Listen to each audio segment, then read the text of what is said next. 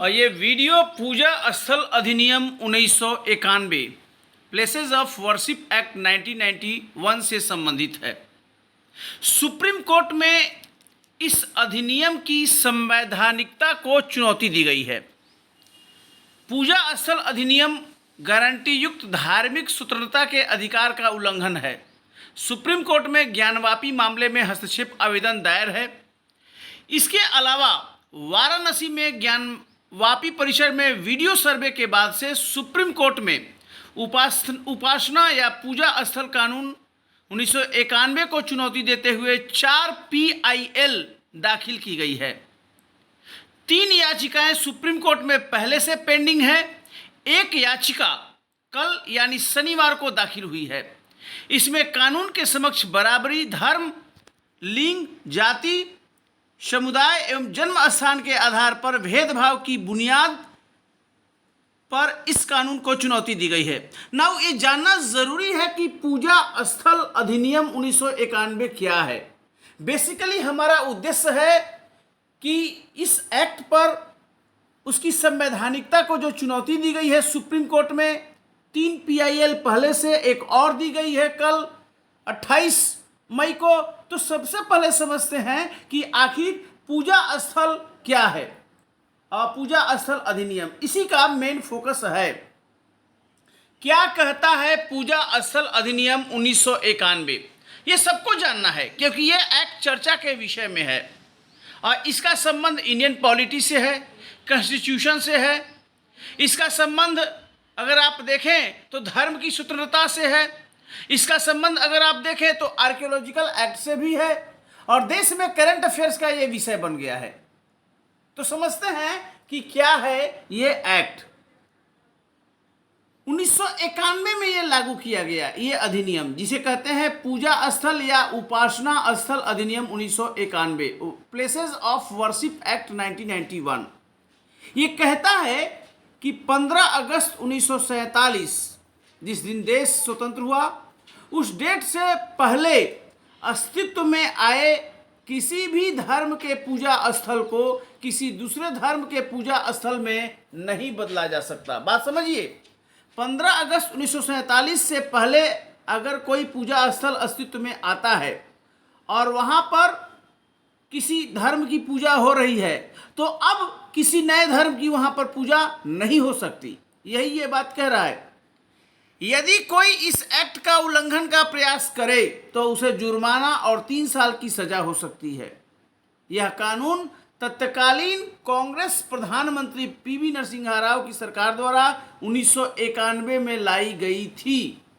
इस अधिनियम में किसी भी पूजा उपासना स्थल का जो आज का स्टेटस है उसको वैसे ही बनाए रखना है। ये एक्ट का मैंडेट है, जैसा कि वह 15 अगस्त 1947 को था। नाउ अयोध्या का जो इशू है, जो ज्ञानवापी का इशू है, जो मथुरा में इशू है, वो तीनों जगह एक तरह से पूजा स्थल अधिनियम से जुड़ता है। तो फिर अयोध्या में सिचुएशन कैसे बदला ये देखना होगा आपको। और फिर अभी जो चल रहा है ज्ञानवापी यानी वाराणसी में, उसमें ये चैलेंज किया गया है। मैं आपको बताया 3 PIL पहले दायर किया गया, एक और PIL दायर हुआ है और इन सबको समझना है कि आखिर इसका क्या है। अब समझिए, पूजा स्थल जो अधिनियम है उसमें छूट दी गई है। अयोध्या में विवादित स्थल को इस अधिनियम से छूट दी गई थी। ये 1991 में ही एक्सेप्शन बना दिया गया, अयोध्या इस एक्ट से कवर्ड नहीं होगा। इस छूट के चलते अयोध्या मामले में इस कानून के लागू होने के बाद भी सुनवाई चलती रही। अयोध्या विवाद के अलावा इस अधिनियम में और भी छूट है। ए बी समझें। यदि कोई पूजा स्थल जो एक प्राचीन और ऐतिहासिक स्मारक है, आर्कियोलॉजिकल प्लेस है, ancient and historical archaeological place है, जैसे ताजमहल, जैसे रेड फोर्ट लाल किला, या एक पुरातात्विक स्थल है आर्कियोलॉजिकल प्लेस जो प्राचीन स्मारक और पुरातत्व स्थल एवं अवशेष अधिनियम 1958 द्वारा संरक्षित है, तो इनको भी छूट मिली है। भले ही उसमें कोई पूजा करता आ रहा हो, नहीं करता आ रहा, उससे कोई मतलब नहीं है। जो पुरातात्विक स्थल है वो गवर्न हो रहा है 1958 के एक्ट से, और ऐसे स्थल को पूजा स्थल अधिनियम 1991 से छूट प्रदान की गई है। और बी कहता है एक ऐसा वाद जो अंततः निपटा दिया गया हो, जैसे अयोध्या, या कोई भी विवाद जो पक्षों द्वारा आपस में सुलझा दिया गया हो, वह भी छूट का पात्र होगा।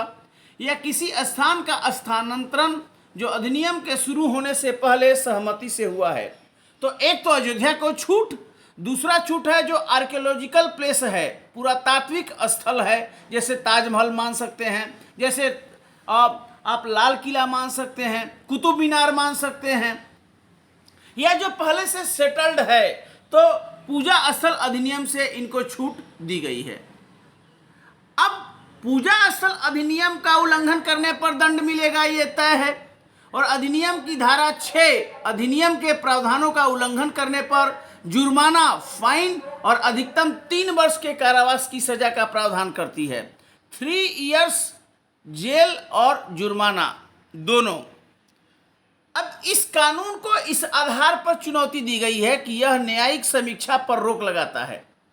मतलब इसको आप कोर्ट में चैलेंज नहीं कर सकते, जो कि संविधान की एक बुनियादी विशेषता है। इस आधार पर इस कानून को चुनौती दी गई है। और साथ ही यह एक मनमाना, तर्कहीन, पूर्णव्यापी कट ऑफ तिथि आरोपित करता है। कट ऑफ तिथि क्या है? 15 अगस्त 1947। तो ये कट ऑफ तिथि कैसे आया? क्यों नहीं और पहले 1857 क्यों नहीं, या और क्यों नहीं? मतलब इसका क्या डेडलाइन है? इसको भी चैलेंज किया गया है और कहता है कि हिंदू, जैन, बौद्ध और सिखों के धार्मिक अधिकारों को सीमित करता है। अब ये जो पूजा स्थल अधिनियम है 1991, इसके धारा 3 में है कि पूजा स्थल के परिवर्तन पर रोक का प्रावधान करती है। फॉर एग्जाम्पल, अगर मथुरा में वहाँ पर नमाज अदा की जा रही है या ज्ञानवापी में, तो आप उस पर अब चेंज नहीं कर सकते। अर्थात कोई भी व्यक्ति किसी भी धार्मिक संप्रदाय या उसके किसी वर्ग के पूजा स्थल को उस धार्मिक संप्रदाय के किसी भिन्न वर्ग या किसी भिन्न धार्मिक संप्रदाय या उसके किसी वर्ग के पूजा स्थल में परिवर्तन नहीं कर सकता। जैसा चला आ रहा है वैसा ही चलता रहेगा। यह एक इम्पोर्टेंट बात यहाँ पर है। धारा 4(1) कहती है कि 15 अगस्त 47 तक अस्तित्व में आए पूजा स्थल का जो धार्मिक प्रकृति है वो पहले से ही बना रहेगा, उसमें कोई चेंज आप नहीं कर सकते। 4(2) कहता है कि 15 अगस्त 47 को मौजूद किसी भी पूजा स्थल की धार्मिक प्रकृति के परिवर्तन के संबंध में किसी भी न्यायालय के समक्ष लंबित कोई भी मामला समाप्त हो जाएगी या कोई नया मुकदमा या कानूनी कार्रवाई नहीं शुरू की जाएगी। तो कहीं ना कहीं जो पूजा स्थल अधिनियम 1991 है वो कोर्ट के भी अधिकार को सीमित करता है। इस आधार पर कम आज के डेट में 4 PIL सुप्रीम कोर्ट में लंबित है, जो कहता है क्योंकि पूजा स्थल से जोड़ा जा रहा है ज्ञानवापी के मामले को, पूजा स्थल से जोड़ा जा रहा है मथुरा के मामले को, लाल किला के मामले को, ताजमहल के मामले को। तो क्या ताजमहल की खुदाई होने जा रही है? क्या लाल किला की खुदाई होने जा रही है? ये धार्मिक एक इशू बन जाएगा इस तरह से देश में, और इसको समझना होगा कि क्या होगा। धारा 5 कहता है कि अधिनियम राम जन्मभूमि, बाबरी मस्जिद मामले और इससे संबंधित किसी भी मुकदमे, अपील या कार्यवाही पर लागू नहीं होगी। ये एक्सेप्शन था और इसीलिए राम जन्मभूमि विवाद का समाधान कोर्ट के माध्यम से हुआ। अब अयोध्या के फैसले के दौरान सुप्रीम कोर्ट की क्या राय थी? तो 2019 में अयोध्या का फैसला आया और अयोध्या फैसले में इस कानून का हवाला दिया गया। कौन सा कानून? पूजा स्थल अधिनियम 1991। और कहा गया कि संविधान के धर्मनिरपेक्ष मूल्यों को यह अधिनियम प्रकट करता है और कार्यवाही पर प्रतिबंधित करता है। आप चेंज नहीं कर सकते।